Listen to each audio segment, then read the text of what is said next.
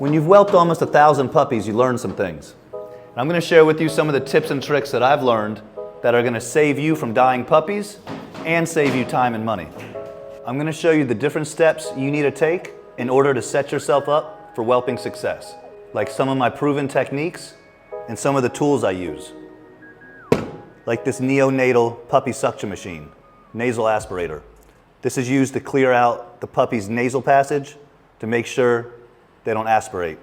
Aspiration can cause aspiration pneumonia. Aspiration pneumonia is one of the #1 killers of puppies. And if you want to learn how to stop losing puppies and how to breed like a pro, separate yourself from the amateurs, you need to check out the Advanced Breeders Network. I'm going to leave a link in the description. This is where you can get my virtual whelping guide.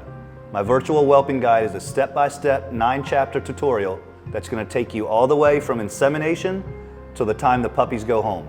Check it out. Welcome to the Ultimate Virtual Whelping Guide. In this comprehensive tutorial, I'll teach you how to whelp like a pro, sharing with you my proven techniques ensuring the safety and well-being of both the mother and her puppies. Get ready to master the art of whelping, from preparing your mother and your whelping area to assisting puppies while nursing and transitioning them as they grow. Let's embark on this incredible journey together and help bring new life into the world with confidence and expertise. One of my mini English Bulldogs, Big Booty Judy, had some puppies the other day. So let's go back to day 1 and see how she did. I'm going to use our dragon's blood, clean Judy off, clean off the teats.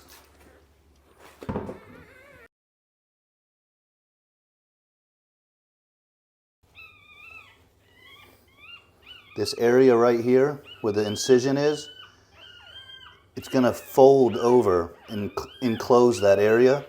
So you always got to be really good about cleaning this area out. Obviously be a little bit gentle because you have the fresh incision right there. But make sure you always clean this fold right here. That's very important.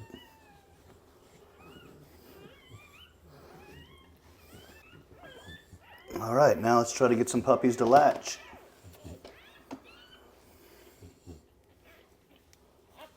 You got any milk? All right, we got some milk, that's good.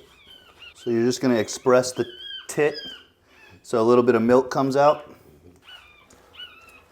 because you want the puppy to taste that milk. Once it tastes that milk, its instincts will start to kick in. So we'll do the same thing right here.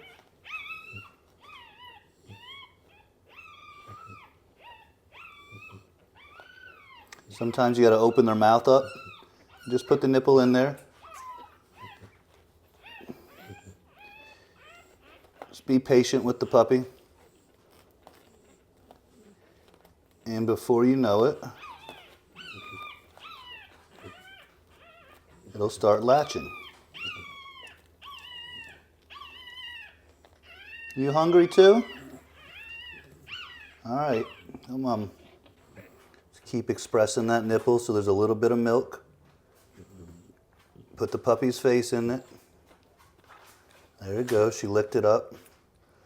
And now she's latching. Oh, and now she's spitting it out. Let's try that again. There you go, mama. There you go, mama. All right, we got 3 puppies successfully latched onto mom. This is their first feeding. This is the most important feeding. This feeding here is going to have the highest volume of colostrum in the milk. This isn't just milk at this point.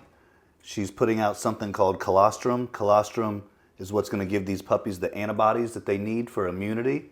So it's very important, these first sessions, that are high in colostrum for the puppy's immunity. We cleaned her off real good with the dragon's blood first. That is something that's going to help you prevent mastitis. Mastitis is an infection of the mammary glands. That is something that can happen to your nursing mother, so you need to be aware of it. How many of y'all have never even heard that word? What about pyometra? What about prolapse? These are all common issues that can happen to your nursing mother. So it's not just about protecting the puppies. You got to know how to identify common issues in your nursing mother. And you need to be able to identify them and then know how to treat them. And that's why I released my puppy medical guide, which you can get on the Advanced Breeders Network. Check it out. Welcome to the comprehensive guide on preventing, treating, and beating common health issues in neonatal puppies and nursing mothers. Neonatal puppies are extremely susceptible to various illnesses that can lead to certain death if untreated or improperly treated. So it is crucial for breeders to be knowledgeable about these conditions to ensure the immunity of their puppies and health of their nursing mothers. In this guide, we will cover important topics such as parvo, Giardia coccidia, hookworms, upper respiratory infections, aspiration pneumonia, mastitis, different types of prolapse and pyometra. By equipping yourself with knowledge and understanding of these common fatal conditions, you can ensure the well-being, survival, and longevity of your puppies. So we got the puppies all latched on. They're in an upright position. You never want your puppies on their back feeding. That makes them at higher risk for aspiration. Aspiration can cause aspiration pneumonia. Aspiration pneumonia is probably one of the #1 ways you can lose your Bulldog puppies. It's also another reason why you keep a nasal aspirator on hand close by. You can get a little handheld one. You can use a suction bulb if you have nothing else. But I recommend you get a puppy neonatal suction tool. You can get these on my website, bigbonebulldogs.com. Link is in the description. So let's back it up. Let's talk about how we got here. My clinic is 2 hours away. I drive all the way from Central Florida to Georgia. So I had a 2-hour drive home with these puppies. I take a soft-sided box with me, and inside the soft-sided box, I have a heated blanket. That heated blanket has a car adapter, so that allows me to use that in the car. I put it on my passenger seat, which is a heated seat, and I keep my sunroof open so that I have sunlight coming in from the top, also heating up that area. Puppies, neonatal puppies cannot regulate body temperature, so it's crucial that you do everything you can to make sure they're nice and warm and that they don't get hypothermia. Now that we're home, puppies are doing their first feeding. I'm gonna let them feed for about 10 to 15 minutes. That's all you need. Anything over 20 minutes, it would be because the puppy isn't suckling correct and it's not getting the milk. There's no reason for your puppies to lay here for more than 20 minutes. Letting your puppies lay for an extended amount of time is how you can get something called flat-chested. So it's another reason we don't just let our puppies lay here and nurse all day. Also, the mother's gonna want a break. So how do we do that? We do that by using an incubator.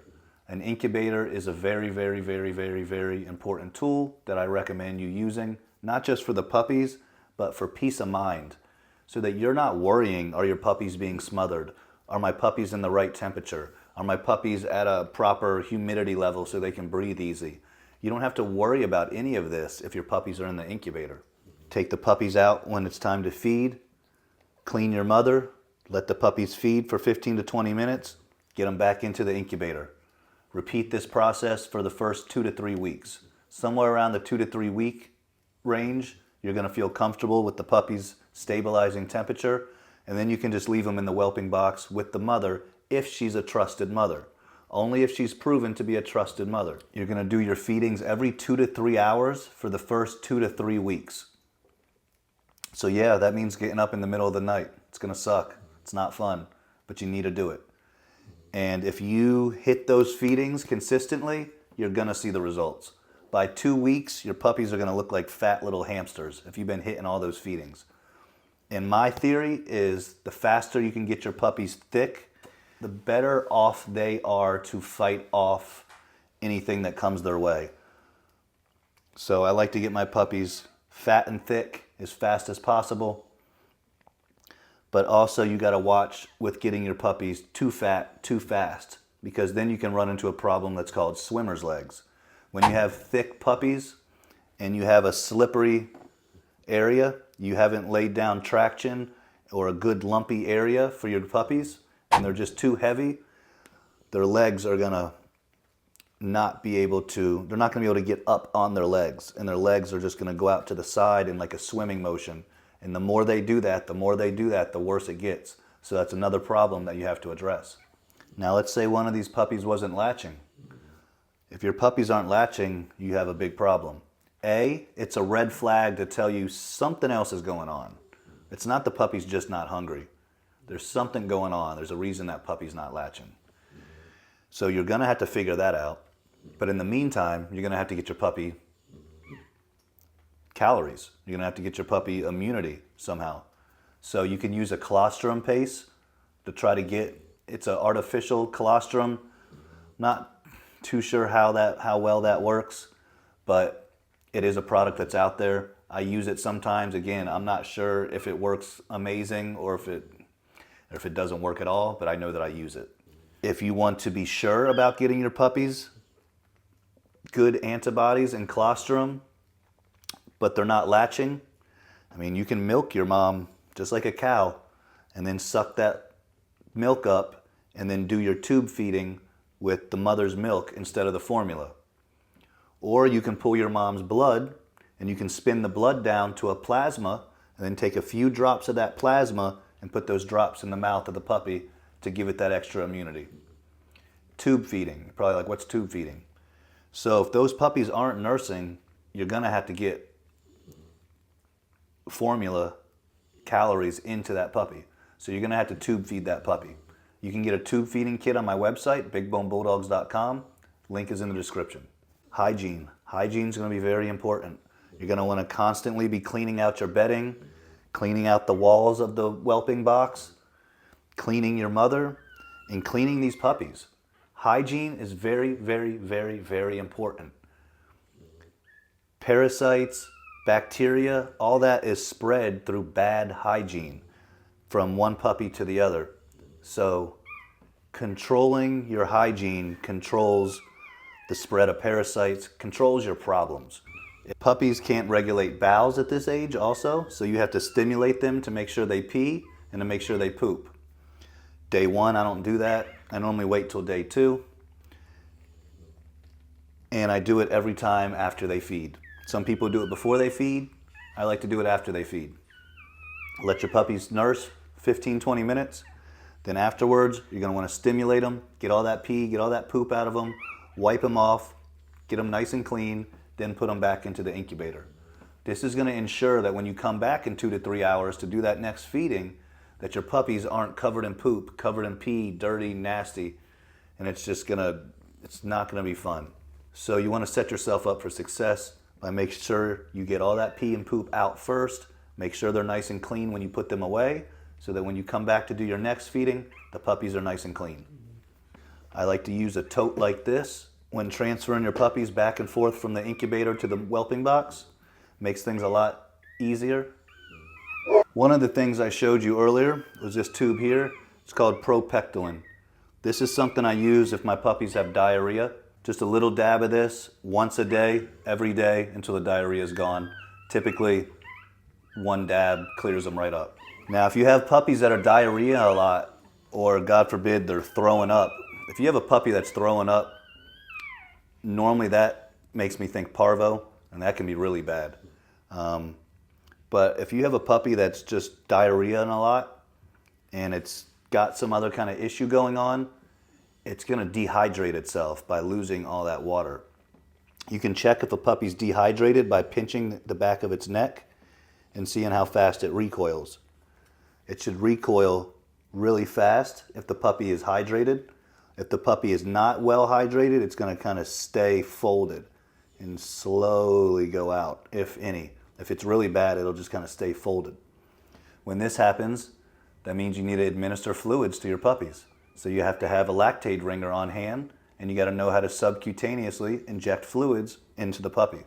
Otherwise, you're gonna lose that puppy. Dehydration is another major cause of losing puppies. It's a side effect of what's really going on, but whatever's going on causes the puppy to be dehydrated, and the dehydration is what kills the puppies. So you start by fighting the dehydration, keeping the puppy hydrated while you're figuring out what's really going on and addressing that issue before it kills your puppy. Judy's a first-time mom and she's doing amazing. She's taking her a nap. So once these puppies hit 4 weeks, then we're gonna move them up into the drop crate. I like to use a drop style crate because it keeps all the feces down to the bottom, which cuts down on the parasite burden. Remember, the feces Sorry, the parasites are transferred through the feces. So if you keep the poop away, keep the parasites away. These drop crates, you can find those on my website, bigbonebulldogs.com. Again, I'll have a link in the description. At 4 weeks, you're gonna start the puppies on mush. Mush is the first step of weaning your puppies towards hard kibble. So you're gonna grind up the kibble and you're gonna add some things and some water to make it a mush substance, a watery, mushy substance that puppies with no teeth can start to consume. I've already done a video giving you guys my mush recipe, so make sure you go check that out. If you've learned anything so far, hit that like button for me. Make sure you subscribe to the channel. Also, I did a video on the technique I use. I call it hand bottoming for stimulating bowels on puppies. Sometimes whelping goes very easy. If you have a really good mom and everything, the cards are just dealt in your favor that time, whelping a litter of puppies can be really easy. So don't get it twisted. I'm sure you guys might have one idiot friend that was able to whelp some puppies and that made you think it's easy. That friend probably just got lucky. So don't expect to always get lucky. Make sure you have all the knowledge, make sure you're prepared, because when things go wrong, they go wrong. And if you make the wrong decisions, you're gonna lose puppies. They're gonna die. Sometimes you can make all the right decisions and you're still gonna lose puppies. It's part of nature. That's why dogs have litters. That's why they have a large amount of puppies, because they know that the rule of nature, they're probably gonna lose a couple. A lot of times you can take 2 healthy dogs and there's still gonna be some kind of birth defect that just won't allow that puppy to live. So don't always beat yourself up. And the way you're not gonna beat yourself up is if you know you did everything. If you know you did everything the right way, you didn't cut any corners, and you still lose that puppy, you're gonna feel okay about it, because you know you did everything possible. It's when you lose puppies and you know you've been cutting corners, you know you didn't do things right, it's probably gonna weigh down on your conscience. So let's not lose puppies, and let's not feel bad about ourselves. So let's do everything the right way, and one of the best ways you can put yourself on track to do that is by checking out the Advanced Breeders Network. I created this exactly for this reason, a place where you can have all the resources to breed like a pro, from educational downloadable guides to support from other aspiring breeders, and you can even book one-on-one coaching sessions. You can also get all the supplies you need that I've sourced from all over the world. These are breeder proven supplies. I wouldn't just sell you guys anything. If it's on my website, it works. I know it works, and it's the best possible tool for that job. So I'm gonna put the link in the description to a few of the products that I mentioned, just so that you have a place that you can go get them. I could care less about making $10, $20 on a sale or something. I'm really just trying to set you guys up for success so that more puppies can live and thrive. And we got some noisy ones down here. Noisy little boy. Is it because you're not? Yeah. A lot of times when they're making a lot of noise, it's because they're mad. They're mad because they're not getting any more milk. So you want to check on them if they're making noise like that. See, he didn't have the nipple in his face anymore. He was just whining because he wasn't getting any milk. Well, you got to get the nipple back in your mouth, little puppy. Another thing you're going to see, come on. Another thing you'll see that can be misleading is you'll see the puppy moving its head a lot back and forth. And you're going to be like, oh man, that puppy's really getting it. That puppy's really going in on the milk. But it's actually the opposite. That puppy's trying to go in on the milk. That puppy's trying to get a lot of milk. But when you see it doing its head a lot like that, it's normally not getting milk. So that's why it's really trying. So if you see a puppy struggling like that, try to help it out. Whether it's milking, squeezing the tit a little bit, or just repositioning them. But those are some signs that the puppy's not really nursing. I hope these tips helped you. If you go over to the Advanced Breeders Network, it's totally free to join our community where you can ask questions and get help from other breeders that are doing the same thing, dealing with the same issues. If you got more questions you want answered, you can hit me up in the comments. I'm going to have links in the description for all these. Well, thanks for hanging out with me on Judy's first feeding. Going to go ahead and get these puppies back in the incubator.